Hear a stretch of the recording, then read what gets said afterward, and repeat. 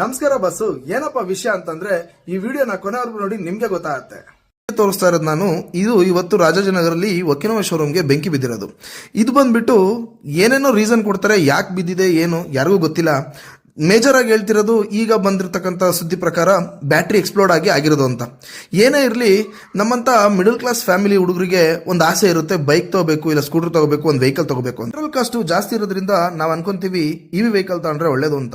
EV vehicle actually ಒಳ್ಳೇದೇ, ಇಲ್ಲ ಅಂತ ನಾನು ಹೇಳಲ್ಲ, ಇವಿ ವೆಹಿಕಲ್ ತಗೊಂಬೇಡಿ ಅಂತಾನು ಹೇಳಲ್ಲ. ಬಟ್ ಏನಂತ ಅಂದ್ರೆ ಈಗ ಕೆಲವೊಂದು ಕಂಪ್ನಿಗಳು ಏನ್ ಮಾಡ್ತಿದ್ದಾರೆ, ಚೈನಾ ಇಂದ ಡೈರೆಕ್ಟ್ ಮೆಟೀರಿಯಲ್ ತರಿಸ್ಕೊಂಡು ಇಲ್ಲಿ ಬರೀ ಅಸೆಂಬ್ಲಿ ಮಾಡ್ತಿದ್ದಾರೆ. ಮತ್ತೆ ಅವ್ರು ಯಾರು ಕೂಡ ಸರಿಯಾದಂತ R&D ಮಾಡ್ತಿಲ್ಲ. ಈ ಸರಿಯಾದಂತ R&D ಮಾಡದೇ ಇರೋ ಕಾರಣ ಈ ದುರ್ಘಟನೆಗಳು ನಡೀತಾ ಇದೆ.